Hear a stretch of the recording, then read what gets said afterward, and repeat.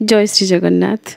सावित्री व्रत पूजा जो गुआ आम पूजा करुचे, आम श्री लक्ष्मी नारायण स्थापना करुचे, हर पार्वती स्थापना करुचे, ब्रह्मा सावित्री स्थापना करुचे, त्रिदेव त्रिदेवी स्थापना करुचे एवं पंचदेवता स्थापना करुचे, कलश घट नचेत गुआ यही सब जिनस आम पूजा करुचे। तो से गुआ को आम विसर्जन करवा ना रखा यही कथा समस्त मन में रही है। जदि आम शास्त्रीय नियम को देखा कौन सी पूजा जहाँ भी जिनिस व्यवहार करा जाए गोटे थर व्यवहार करा जाए, ताहा गुआ हेले मध्य ताहा गोटे थर व्यवहार करा जाए थाए। किंतु केतेक लोकाचार रही थाए जहाँ बहुत दिन प्रचलित प्रथा परंपरा एवं लोकाचार रे ताहा परिणत हुए एवं सही लोकाचार को मध्य आमे मानि थाए। स्थान विशेष विभिन्न स्थान रे विभिन्न प्रकार लोकाचार विभिन्न प्रकार नियम जहाँ प्रथा व परंपरा हो जाई थाए ताहाकु मध्य आमे मानि थाए। सेमिति आमर ओडिया घरे व्रतर गुआ रखिबार गोटे परंपरा अछि। जेमिति कि 12 मासी मंगलवार करुचंदी माँ माने 12 मास माने वर्षक सारा से माने माँ मंगला नारे गोटे गुआ पूजा करती। से गुआ को से पोक खाइबा पर्यंत रखिक पूजा करती। सेमिति धानमाणिका ओषारे जो गुआ पूजा करा जाय थाए, माण ओषारे पूजा करा जाय थाए, माण ऊपर रही थाए से गुआ मध्य विसर्जन हुए नाही। केही केही माँ तारिणी नारे गुआ रखती। जी जो देवादेवी को विश्वास करती प्रति ओडिया घरे आपण को विभिन्न देवादेवी नारे गुआ निश्चय मिल जिबे। एही लोकाचार कारणरू प्रत्येक पूजारे गुआ रही थाए। सेमिति सावित्री व्रतर गुआ मध्य आपण रखिबे। किछि लोक एमिति करंती ए वर्ष सावित्री व्रत पूजा हैला से गुआ को से माने पूजा करिकि रखिबे नुआ गुआ को एवं पूर्वरु तांको घरे जदि पुराना गुआ अछंती ताले से पुराना गुआ को से माने विसर्जन कर देबे। नुआ गुआ जेमिति से प्राप्त हेबे पूजा करिकि पुराना गुआ को विसर्जन कर देबे। से पुराना गुआ पोको खाई थाउ बा न खाई थाउ भलो थिले भी से पुराना गुआ को विसर्जन करिकि नुआ गुआ को से व्रत पेड़ी रे रखिबे। वर्ष सारा पूजा करिवे। पुणी सावित्री व्रत को अपेक्षा पुणी सावित्री व्रत पूजा हेबो। पुणी संकल्प गुआ लक्ष्मी नारायण नाम गुआ बा माँ सावित्री ब्रह्मा नाम जो गुआ अच्छी से गुआ सब पुणी रखिबे, पुराना गुआ को विसर्जन करदेवे। एभली भी आपण करें। किंतु शास्त्रीय नियम जहाँ रही ताको ब्राह्मण माने पालन करती। जितेबाला घर को आसिकी पूजा करती से माने केबे भी से पुराना गुआ पूजा करेंगे ना। आपन तांको कहिबे आमर व्रत पेड़ी अच्छी किंतु से नुआ गुआ आपन ठारू नेबे। संकल्प पाई मध्य नुआ गुआ नेबे। देवादेवी स्थापना जदि आप गुआरे करुथिबे ताहले नुआ गुआ नेबे, नचेत घटरे से स्थापना करिवे। अलता पूजा को लेकिन आपनकर प्रश्न रही थाए कि अलता आमे देवी को किभली भाबरे अर्पण करिबा। एबे देखंतु एठी अलता आमे देवी को पई सजाड़ी की रखिछु, किंतु ए जो अलता सजड़ा जाईची ये नवरात्र पूजा रे सजड़ा जाईची। नवरात्र पूजा रे माँ दुर्गा को अलता अर्पण करा जाय थाए। अधिक परिमाण रे पूरा नुआ किणिकी आनिकी संपूर्ण अलता आपण अर्पण करि परिबे। काहेकि ना माँ स्वयं आम घर को आसती विराजमान करती।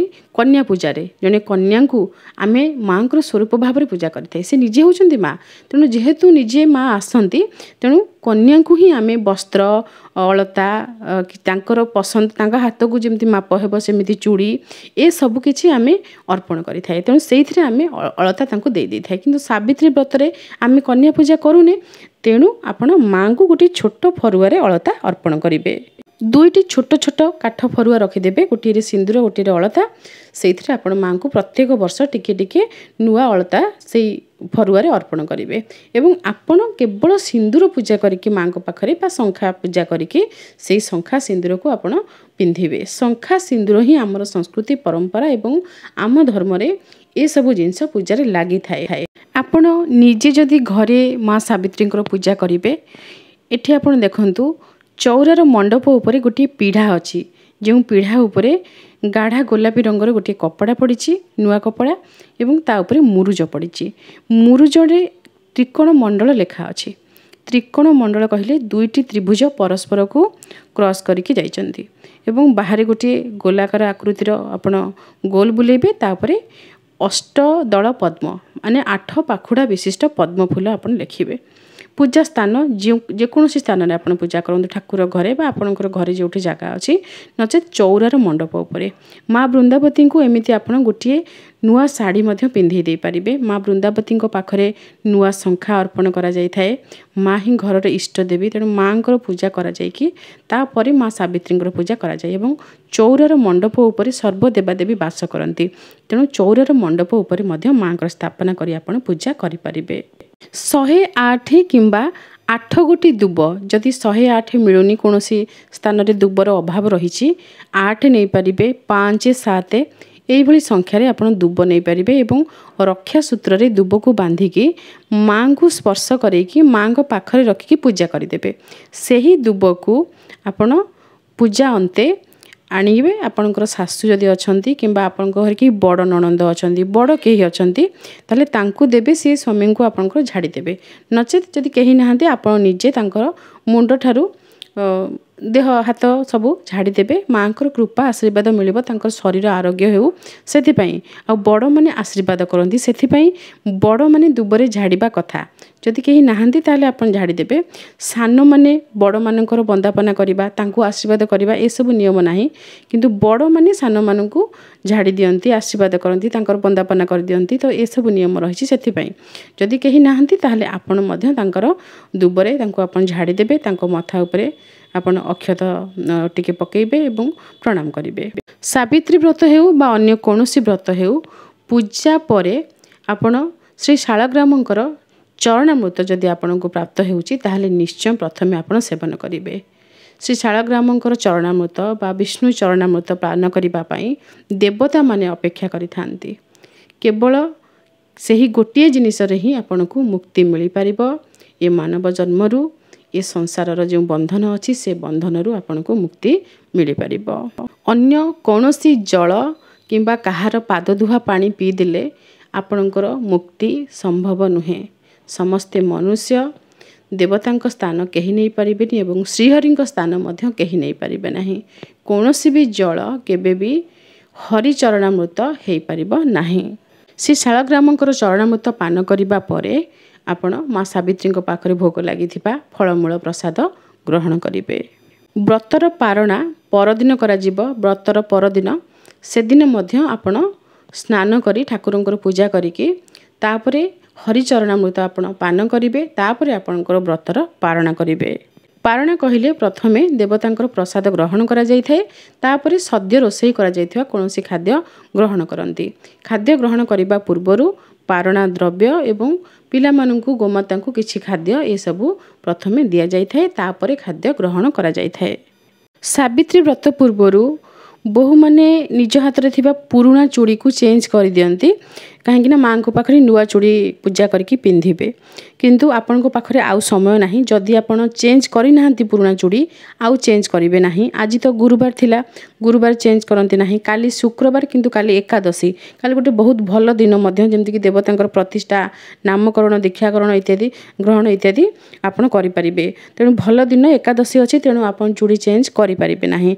ता पर दिन आपणकर आसला शनिवार शनिवार चूड़ी चेंज करंती नाही तो रविवार दिन आपण भाबुथिबे कि आमे रविवार दिन चेंज कर देबु आउ आपणकर सेलून जाई चुट्टी काटिबा आईब्रो थ्रेडिंग करबा ए सब आजिकल होउची तो ए सब आपण भाबिथिबे आमे रविवार दिन कर देबु किंतु रविवार दिन करिवे नाही काहे कि ना रविवार दिन ठारू ही माँ सावित्रींकर पूजा आरंभ त्रिदिनात्मक सावित्री व्रत पूजा 3 दिन पर्यंत माँ सावित्रींकर पूजा करा जाय थाए जहाँ आपणकर मे 25 26 एवं 27 3 दिन रविवार सोमवार एवं मंगलवार 3 दिन माँ पूजा ता भितरु आमे समस्ते सोमवार दिन पूजा करूचे एवं ब्राह्मण परिवार रे किछिटा ब्राह्मण परिवार रे से माने त्रिदिवसीय करंती 3 दिन तक मांगर स्थापना करिक रखंती जेमति आमे नवरात्रि रे 9 दिन देवींकर स्थापना करूचे सेमिति से माने 3 दिन पर्यंत मांगर स्थापना करिथांती एवं 3 दिन पूजा करती।